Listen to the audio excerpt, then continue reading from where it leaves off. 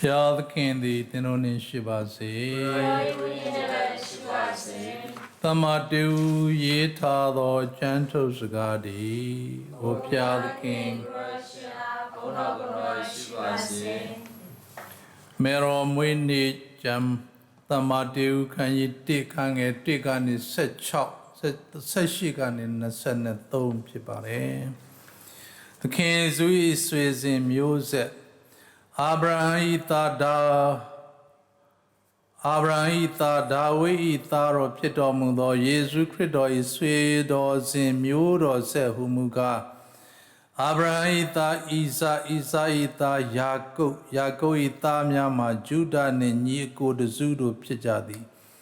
Judea ပြည်တွင်တာမမဖွားမြင်သောပေရနှင့်ဇာရပေရita Hezron ita Aram ita Aminadab ita Nashon ita Salmon win Rahama pamindo Boz win Ruth ma pamindo Obed ita Jesse ita ma Dawi minji pidri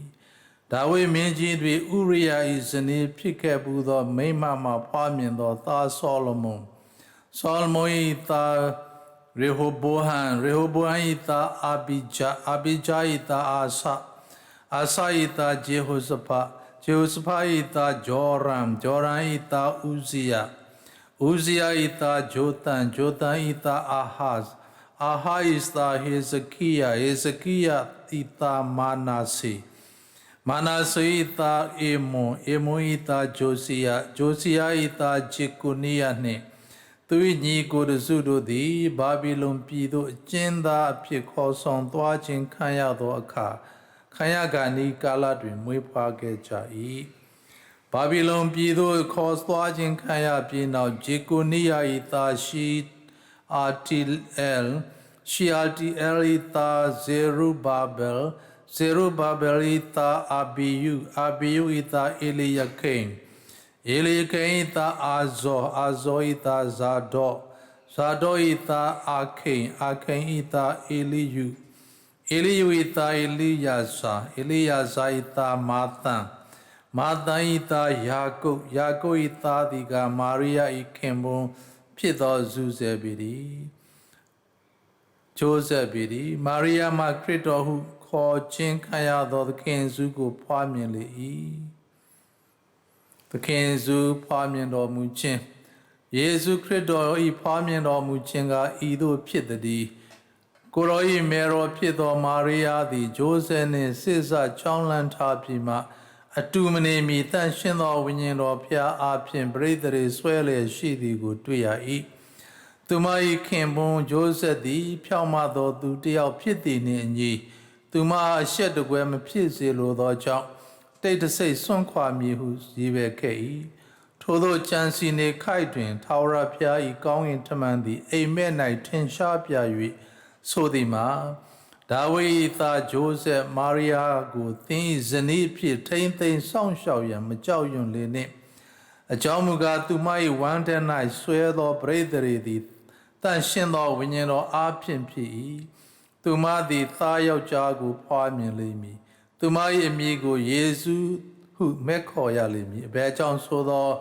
to the Mimi Lumiogo, to Roy Pimiama, get chumi to Piedo Jondi.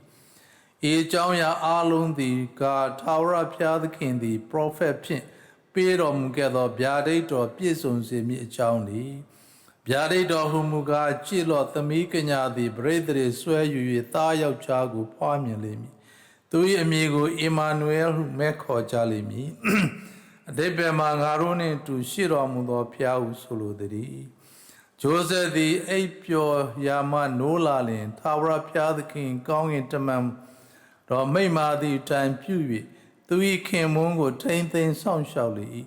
Tona Tumai Taugo, Pamin the time on Joseph the Tumago, Mabound them and nearly. ဖွားမြင်သောသားကိုလည်းယေရှုဟူသောအမည်ဖြင့်မက်ခေါ်လေ၏ဤဒီကားယေရှုသခင်မွန်မြတ်သောဧဝံဂေလိတရားတော်ပေတည်း Gracias, ဗျာဒိတ်တော်ဟူမူကားကြည်လောသမီးကညာသည်ပရိသေတွေဆွဲယူ၍သားယောက်ျားကိုဖွားမြင်လိမ့်မည်သူသည်အေမာနွဲဟုမှဲ့ခေါ်ကြလိမ့်မည်အတိတ်ဘယ်မှာငါတို့နှင့်အတူရှိတော်မူသောဖျားဟုဆိုလိုသည်ချလာစွာသောညီကိုမောင်နှမအပေါင်းတို့ဒီနေ့ကျွန်တော်တို့ရဲ့မိခင်သခင်ခရစ်တော်ရဲ့မိခင်မေရောမာရိယာရဲ့မွေးနေ့သည်ကျွန်တော်တို့အတွက်အင်မတန်မှအကြီးမားသောဒီပွဲနေ့တစ်ပွဲဖြစ်ပါတယ်မေရောကိုလည်းပဲဂုဏ်ပြုရမယ်နေ့တစ်နေ့လည်းပဲဖြစ်ပါတယ်ဂုဏ်ပြုအပ်ခြင်းရဲ့အကြောင်းရင်းသာမြောက်များစွာရှိပါတယ်ပထမဦးဆုံးဂုဏ်ပြုအပ်ခြင်းရဲ့အကြောင်းရင်းသည်မေရောဟာဖြစ်ရင်ဖျားသခင်သူလူမဖြစ်ခင်တည်းကသူ့ရဲ့အမေဝမ်းပိုက်ထဲမှာရှိကြတဲ့ကဖျားသခင်တန့်စင်ပြီးသားအပြစ်မဲ့သောအမိမေရောဖြစ်ပါတယ်ဖျားသခင်ယေရှုကယ်တင်ရှင်ရဲ့မိခင်ဖြစ်နော်အရွေးထားခံကြပြီးသားဖြစ်ပါတယ်နော်နောက်မေရောသခင်မဟာဖြစ်ရင်ကျွန်တော်တို့ရဲ့ကိုကယ်တင်ရှင်ကိုမွေးဖွားတန့်စင်ပြီးတော့ကျွန်တော်တို့ကိုနော်သင်တို့နဲ့အတူရှိတော်မူသောသူအေမာနွယ်သင်ငါတို့နဲ့အတူရှိတော်မူတဲ့ဖခင်ကိုကျွန်တော်တို့အားပေးတော်မူတဲ့အမေဖြစ်သည့်အတွက်ကြောင့်ဒီအမေဟာကျွန်တော်တို့ကျေးဇူးမတင်ဘဲနေလို့မရပါဘူးဒီတော့ကခဏမေရောရဲ့ပွဲနေ့မှာကျွန်တော်တို့မေရောကိုကျေးဇူးတင်တယ်လို့ကျွန်တော်တို့ပါးစပ်နဲ့ပြောယူနေတော့နော်သိပြီးတော့မပြည့်စုံဘူးပေါ့လေဆိုတော့ဒီနေ့ပြည့်စုံတဲ့အခါကျတော့ကကျွန်တော်တို့ဒီနေ့အထူးသဖြင့်မေရောအကြောင်းကိုပြောရင်တော့ရှေးကြီးကြာကြီးပေါ့သို့တော်လည်းပဲဒီနေ့ကျွန်တော်တို့အဓိကပြောချင်တဲ့အရာကဘာလဲဆိုတော့မေတော်ရဲ့မွေးနေ့မှာကျွန်တော်တို့မေတော်ကိုဘာလက်ဆောင်ပေးမလဲဆိုတဲ့စဉ်းစားသုံးသပ်ချက်တစ်ခုဖြစ်ပါတယ်ဘာလက်ဆောင်ပေးမလဲမွေးနေ့မှာဆိုတော့ကဘာလက်ဆောင်ပေးမလဲဆိုတဲ့အခါကျတော့လက်ဆောင်တွေဘာတွေပေးတဲ့အခါကျလို့ရှိရင်ကျွန်တော်တို့ဟာများသောအားဖြင့်ကျွန်တော်တို့တွေးတာစဉ်းစားတတ်တာဘာလဲဆိုသူနဲ့သူဘာကြိုက်တယ်လဲပေါ့သူကြိုက်တဲ့လက်ဆောင်ဘာရှိမလဲဆိုတာကိုပဲလူတယောက်ကိုကျွန်တော်တို့လက်ဆောင်ပေးမယ်ဆိုလို့ရှိရင်အဲ့ဒါလိုအရင်ဆုံးစဉ်းစားအဲ့လိုစဉ်းစားတယ်နော်ယောက်ျားလေးတယောက်လက်ဆောင်ပေးတော့မယ်ဆိုစဉ်းစားတာပေါ့ပေးမယ်လက်ဆောင်ဒီထမိန်တော့မဟုတ်တော့ဘူးယောက်ျားကိုပေးမအောင်နော်မိန်းကလေးတယောက်ကိုပေးမယ်လက်ဆောင်ဒီကလည်းပစိုးတော့မဖြစ်တော့ဘူးထမိန်တော့ဖြစ်ရမှာပေါ့နော်ဆိုတော့မေရောသူတယောက်ကိုဘာလက်ဆောင်ပေးရမလဲဆိုဥစွာပထမကျွန်တော်တို့စဉ်းစားသူဒီလက်ဆောင်ကိုရတာနဲ့တကယ်ကိုဝမ်းသာအားရခြင်းနဲ့ဖြစ်စေမယ် surprise ပေါ့လေအဲလက်ဆောင်ကိုပဲနော်ပေးချင်ကြတာပါတယ်သမီးစားတွေပဲဖြစ်စေနော်ရုပ်ရှင်တွေမှာတွေ့တယ်မဟုတ်လားနော်စိန်လက်စုပ်လေးကိုထုတ်ထားပြီးတော့နောက်နှစ်ပေါင်းပြည့်စင်တာမွေးနေ့မှာ surprise လက်ဆောင်ပေးတာအိုးသမီးသူ့ရဲ့ချစ်သူမျိုးသမီးရထပ်ခုံလို့မတပြောတာပဲသူလိုချင်တဲ့လက်ဆောင်လည်းဖြစ်သွားတာကိုသူကြိုက်တဲ့စိန်လက်စုပ်လေးလည်းဖြစ်သွားတယ်ဆိုတော့ကျွန်တော်တို့ကမေရောသခင်မကိုမွေးနေ့မှာလက်ဆောင်ပေးတဲ့အခါကျတော့ကနှစ်ခုလက်ဆောင်လေးကိုတစ်ခုလက်ဆောင်နှစ်ခုကိုပါစတထုတ်တဲ့ထုတ်ပေါ့နှစ်ထုတ်သုံးထုတ်မလုံးနဲ့တထုတ်တဲ့ထုတ်ဆိုပရမတထုတ်ဒီဘာလဲဆိုတော့ကနော် imitation ပုံအတူယူခြင်းစာတွေမှာအဆိုရှိတယ်ဘာလဲဆိုတော့ the best way of devotion is imitation အကောင်းဆုံးသောသရာကြည်ညိုခြင်းသည်အတူယူခြင်းဖြစ်တယ်အဲ့ဒါအကောင်းဆုံးသောသရာကြည်ညိုခြင်းသည်အတူယူခြင်းဖြစ်တယ်ဆိုတော့ကျွန်တော်တို့မေရောသခင်မကိုလက်ဆောင်ပေးတဲ့အခါကျတော့ကနော်အဲ့ဒီမေရောသခင်မဟိုအတူယူဖို့ဆိုတဲ့ဟာတွေလက်ဆောင်ဖြစ်တယ်ဆိုတော့မေရောသခင်မကိုအတူယူတယ်ဆိုတဲ့နေရာမှာပထမမေရောသခင်မရဲ့တနာခြင်းတနာတတ်တဲ့စိတ်ကိုအတူယူရမယ်နော်မေရောသခင်မတနာတတ်တဲ့စိတ်သခင်ခရစ်တော်ကလည်းပဲတနာတတ်တဲ့စိတ်သူများကိုကူညီခြင်းတဲ့စိတ်သူများတွေဒုက္ခရောက်တာမေရောသခင်မလုံးဝစိတ်မကောင်းဒါကြောင့်မေရောမျက်ရည်ကျတယ်ဆိုတာခရဏထင်ရှားပြတာလေးတွေရှိတယ်တာရကအနေနဲ့ပြောရမယ်ဆိုလို့ရှိရင်အားလုံးလည်းပဲသိပြီးသားဖြစ်မှာပါ ပါလဲဆိုတော့ကတန်တာအေလိဇဘက်ကိုတွားရောက်နှုတ်ဆက်ခြင်းဆိုတာနော်ဒုတိယဒီဝမ်းမြောက်ဖရာနည်းနည်းလားဆိုတော့ချက်မှာနော်တန်တာအေလိဇဘက်ကိုတွားရောက်နှုတ်ဆက်သိတယ်တန်တာအေလိဇဘက်ကိုဝန်အရင်မာကြီးဖြစ်နေပြီသူမှာတော့ထီးကြံတဲ့ခံစားချက်တွေရှိမယ်အားနည်းမယ်နော်ဝမ်းနည်းမယ်စိတ်ဓာတ်ချနေမယ်လို့ရှိတယ်သူများတွေပြောတာအဲ့ဒီလိုကိုဝန်အရင်မာကြီးရှိသိအားနည်းတယ်ပြောဟုတ်တာလေဝမ်းနည်းကြတယ်ပြောတာပဲဒါမိန်းကလေးတွေတော့သိမှာပေါ့မိခင်ဖြစ်ဘူးတဲ့လူတွေသိမှာပေါ့ loneliness ပေါ့လေအားငယ်တယ်အားနည်းတယ်ဆိုတဲ့အပိုင်းလေးတွေရှိတယ်အဲ့ဒါသူ့ယောက်ျားကြည့်ကောင်းကောင်းကြည့်လို့အားပေးလို့စင်တော့တော်အောင်မယ်အကုန်ကလည်းအရင်မာကြီးဖြစ်ယောက်ျားလည်းဒီနေ့လိုမူးရရင်တော့အဲ့ဒီမျိုးသိမင်းလည်းသိမလွယ်ဆိုကိုရင်းစားတဲ့ခါကျတော့နော်မေတော်သခင်မတန်တာအေလိဇဘက်တော့ဒီလောက်ချင်းနေရှိပြီသူစိတ်နဲ့တွေးကြည့်ပြီးတော့နော်ငါသွားအားပေးအောင်မှဖြစ်မယ်အနားမှာနေပေးအောင်မှဖြစ် to be with လူတယောက်ကိုနော်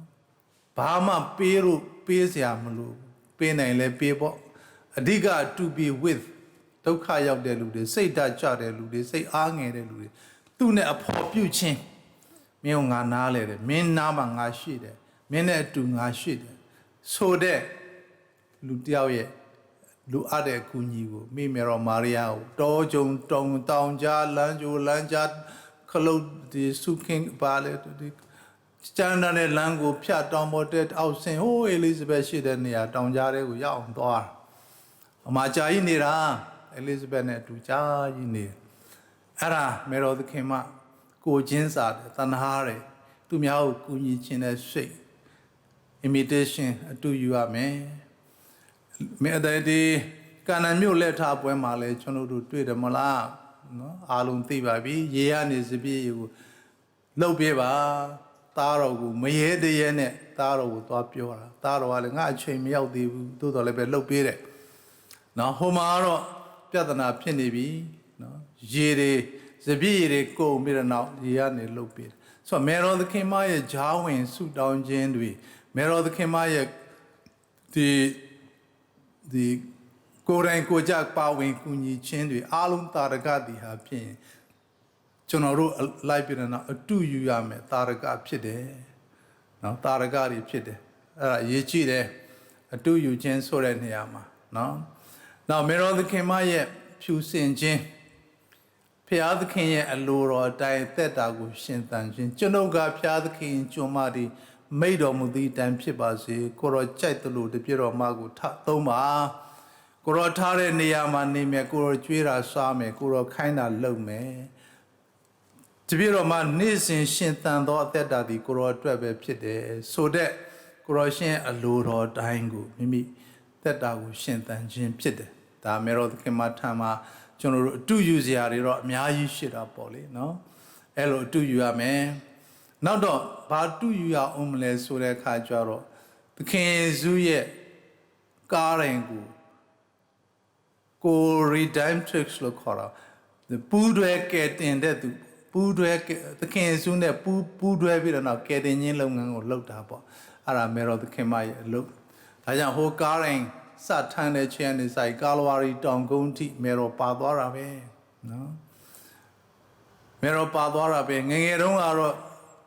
ငငယ်လေးနဲ့ကလေးလေးဒီတုန်းကတော့မေတော်ချီရတာတော့နော်တခြင်းလေးဆိုပြီး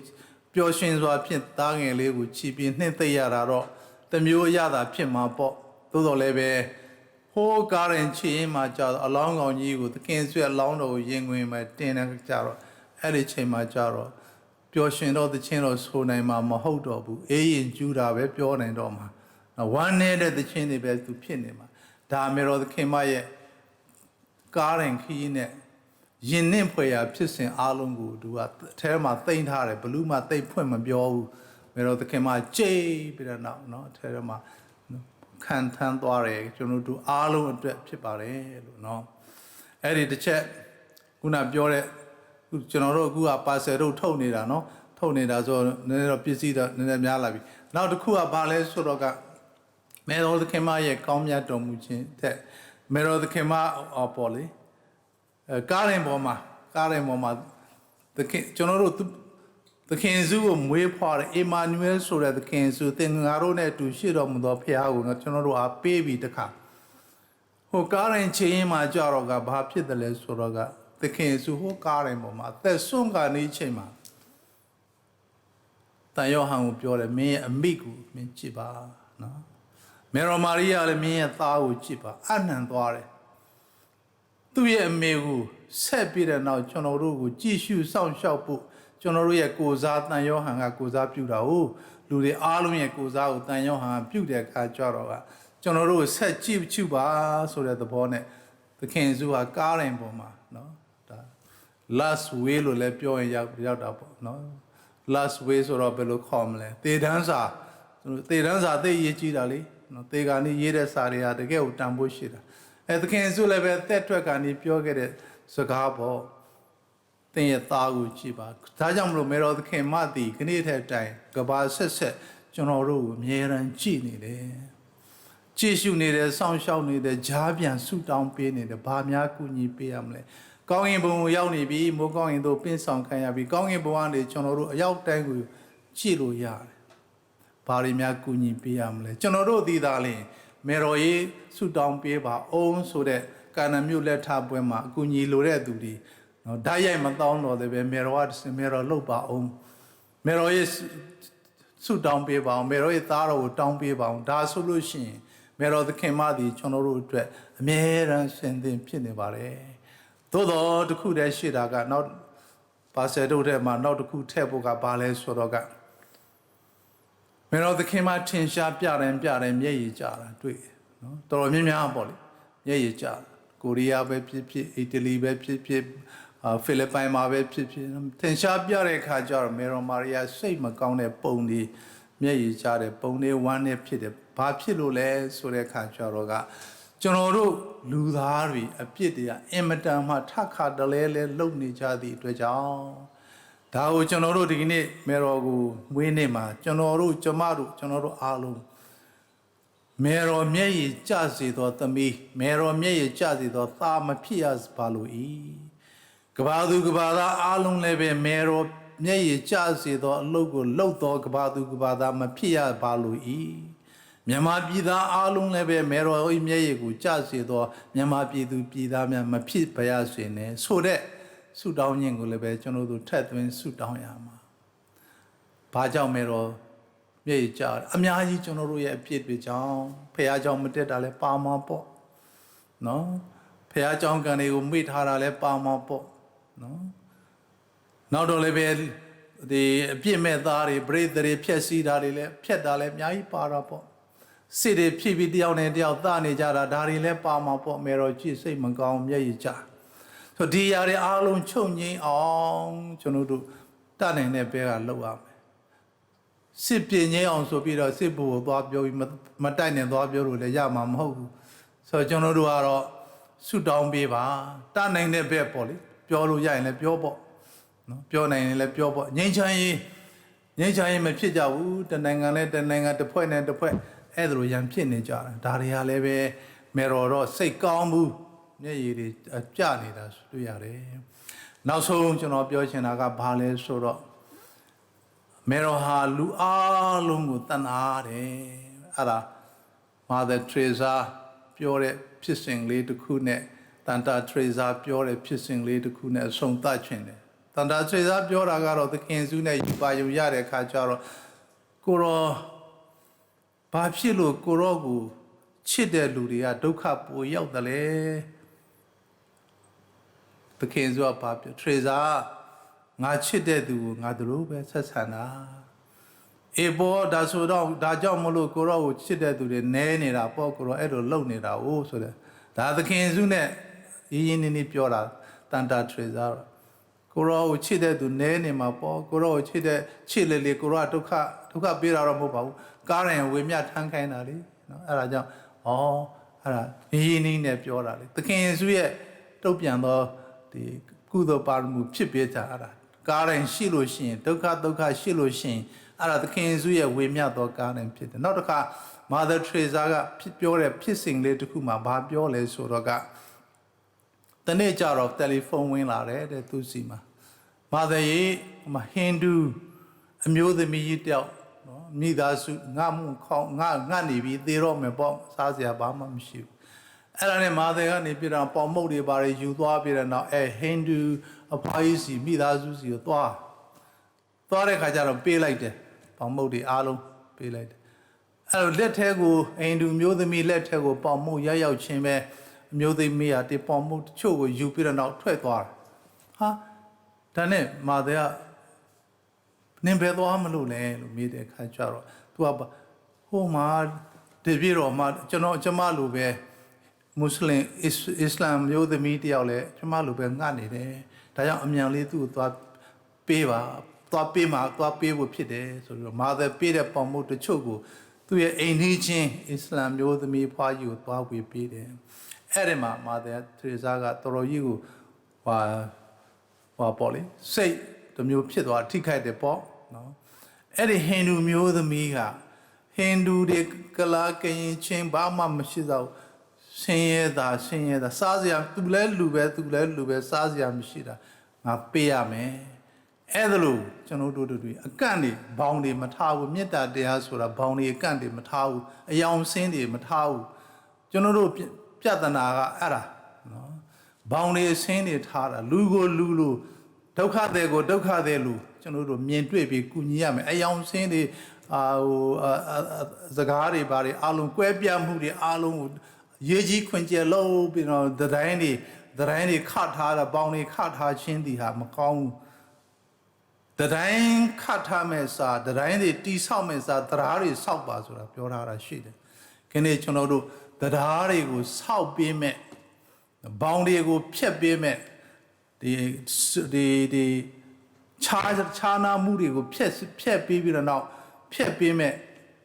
လူတရားတွေကိုဆောက်ပေးမဲ့လူတွေအဲ့ဒီအစိုးရကိုကျွန်တော်တို့ရွေးချယ်နိုင်ဖို့เนาะဖျားရှင်တာဆုတောင်းပါလို့အားလုံးကိုတိုက်တွန်းချင်ပါတယ်